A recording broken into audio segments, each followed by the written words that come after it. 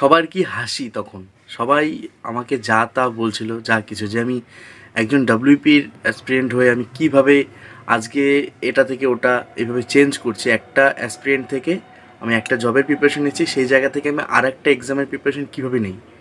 এই কথাটা আমি ভিডিও বানানোর পর আমার কমেন্টে অনেকেই বলেছিল যে আজকে একটা অ্যাসপিরিয়েন্ট, কালকে আর একটা জবের অ্যাসপিরিয়েন্ট, ঠিক আছে, হাসছিল সবাই দেখে। তো অ্যাকচুয়ালি আজকে ওয়েস্ট বেঙ্গলের পরিস্থিতি দেখে আমি বলছি, এই ভিডিওগুলোতে আমি করি কোনো একটা কারণের জন্য।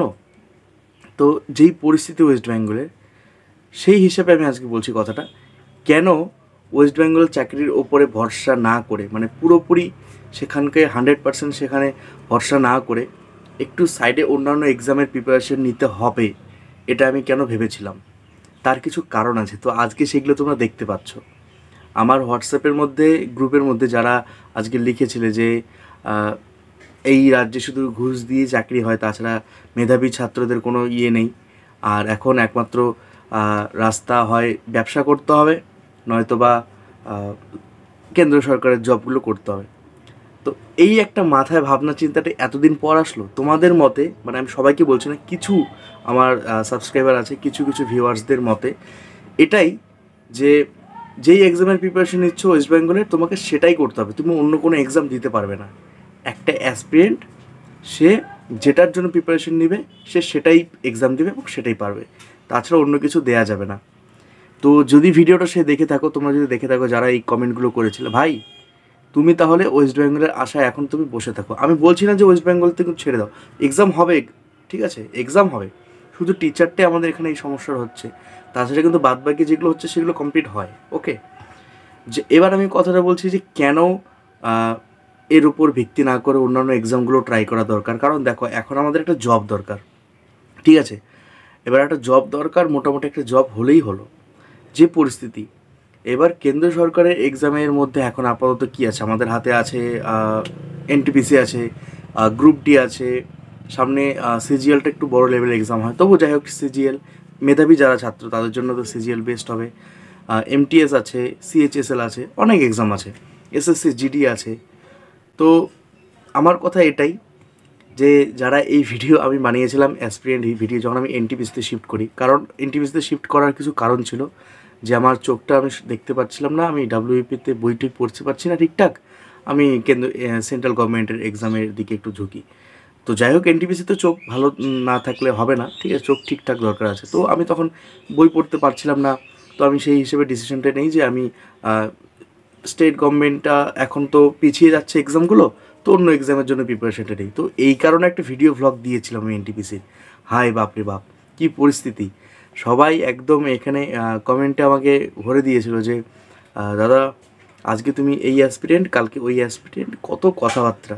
আরে ভাই, মাথায় একটু বুদ্ধিশুদ্ধি রাখো, মাথায় একটু বুদ্ধিশুদ্ধি রাখো, এইভাবে ফাঁকা মাথায় চলো না, ঠিক আছে। আমি তো মূর্খ, আমি বেশি একটু বুঝি না, বাট তুমি তো চালাক। এটা আমি বলছি না যে ওয়েস্ট বেঙ্গল গভর্নমেন্টের এক্সামগুলো হবে না, বা এটার পেছনে তুমি খেটো না। এক একজনের একটা ড্রিম থাকে, কারো পুলিশ জব একটা ড্রিম থাকে, সে পুলিশের জন্যই খাটবে অবশ্যই। এবার তাই বলে সবার যে ওই বিষয় নিয়ে তা থাকবে যে আমার ওটাই দরকার, পুলিশই আমার লাগবে, এরকম তো ব্যাপার নয়, ঠিক আছে। আর আমি যে ভ্লগগুলো ছাড়ি, যেগুলো আমার আপলোড হয়, সেগুলো তো আর কোনো টিচার বা এই বিষয় নিয়ে না, তাই না। আমি তো আর মাস্টার হতে চাইছি না, আমি অ্যাসপিরেন্ট যে কোনো ওয়েস্ট বেঙ্গলের এক্সামগুলোর মধ্যে পড়তেই পারি, সেই হিসেবে অল ওভার পড়ছি কম্পিটিটিভ এক্সামে। তো অল ওভার যে কোনো একটা আমি এক্সামের মধ্যে মানে পরীক্ষা দিতেই পারি। তো এই বিষয়ে আমি একটা ভিডিও বানিয়েছিলাম, তারপর সবার অনেক কটূক্ষ কথাবার্তা, অনেক যা কিছু বলছিল। তো এটাই আর কি বলার, ভিডিওটার মধ্যে এটাই আমার বলার, যে আমার রাগ হয় তাদের উপর ওই সময়টুকুতে। কেন হয়, যে এরা কীরকম টাইপ লোক, এরা অ্যাকচুয়ালি কি পাগল না কি, এত কম বোঝে। একটা অ্যাসপিরেন্ট যে কোনো, আজকে আমার বয়সী যারা আছে বা জুনিয়র বলো সিনিয়র যারাই আছে, সিনিয়ররা ভালো বুঝবে যে একটা যে অ্যাসপিরেন্ট চাকরির জন্য কম্পিটিটিভ এক্সামে আসে, একটা গভর্নমেন্ট জবের জন্য আসে, সে প্রিপারেশন নেবে, স্টার্ট করবে, সে অবশ্যই প্রত্যেকটা ফর্ম অ্যাপ্লাই করবে, সে এক্সামটার উপর প্রিপারেশন নেবে, ঠিক আছে। এবার তার হলো বা না হলো সেটা কিন্তু বিষয় না, কিন্তু সে প্রিপারেশন তো নেয়, অ্যাকচুয়ালি সে ফর্ম অ্যাপ্লাইটা তো করে অ্যাটলিস্ট। তো তো আমি এই ভিডিওটা যারা যারা দেখছো আমি জানি এখানকার মধ্যে প্রায় 50%-এর উপরে 60%, 70% লোক এনটিপিসির ফর্ম অ্যাপ্লাই করেছো এবং গ্রুপ ডির ফর্ম অ্যাপ্লাই করেছো, যারা ডাব্লিউপির প্রিপারেশন নিচ্ছ। ঠিক আছে, এই কথাটা আমি কিন্তু বলে দিলাম আগে থেকেই, আমি জানি। এবার আমার কথা সেটাই যে এখন যেই পরিস্থিতিটা দাঁড়ালো, যারা মেধাবী তাদেরও জব যাচ্ছে, ঠিক আছে, ভালোভাবে এক্সাম দিয়ে পাশ করেছে তাদেরও জব গেল, যারা ফ্রড করেছে তাদেরও গেল। তো এবার ওটার সঙ্গে আমাদের এটা তুলনা করলে হবে না, ঠিক আছে। তো ওই বিষয়টা আলাদা, যেহেতু ওই বিষয়টা অনেক দিন থেকেই চলে আসছে, টিচারের বিষয়টা সমস্যা, ঠিক আছে।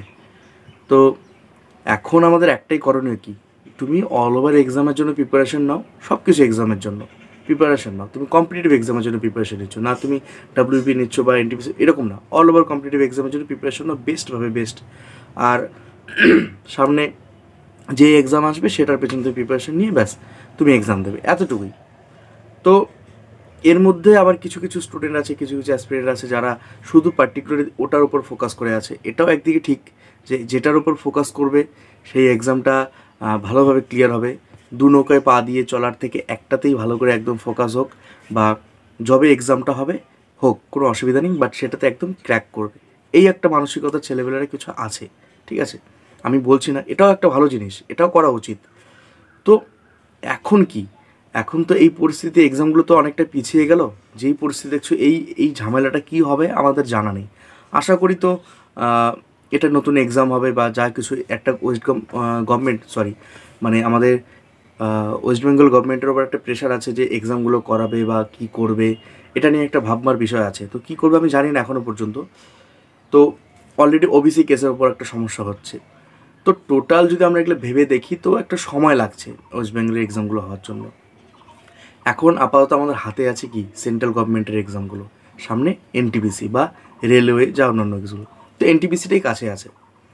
তো আমি এতটুকুই বলবো, এনটিপিসির জন্য প্রিপারেশন নাও।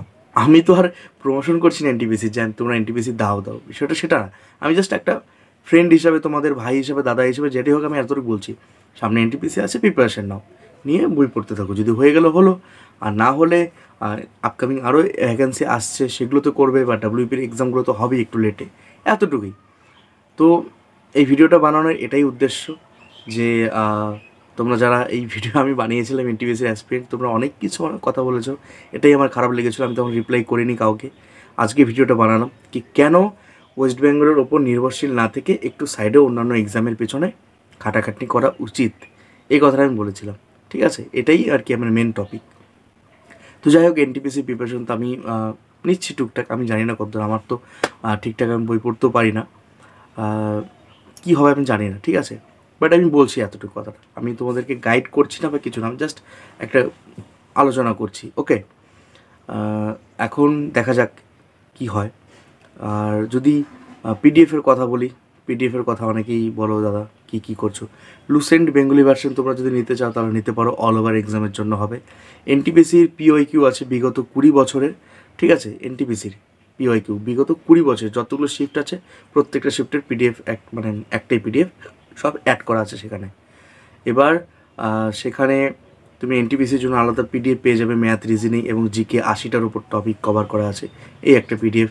তারপর রেলওয়ের পুরো সায়েন্স, শুধু সায়েন্সের ওপর একটা পিডিএফ রয়েছে, শুধু সায়েন্স কোশ্চেন জিকে, ঠিক আছে, এই পিডিএফ আছে। তো যদি তোমাদের এই পিডিএফগুলো পারচেস করতে হয় তাহলে তোমরা এই নিচের হোয়াটসঅ্যাপ নাম্বারে তোমরা কন্ট্যাক্ট করতে পারো, ওকে।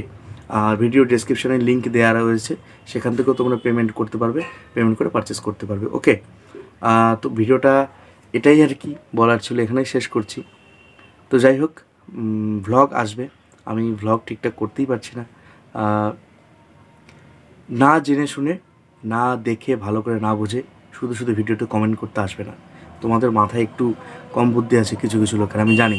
কেন বলো তো, একটা এমন কমেন্ট করলে যেই কমেন্ট আমি রাখবই না, আমার পছন্দ না হলে আমি কমেন্ট রাখি না, আমি ডিলিট করে দিই, ঠিক আছে।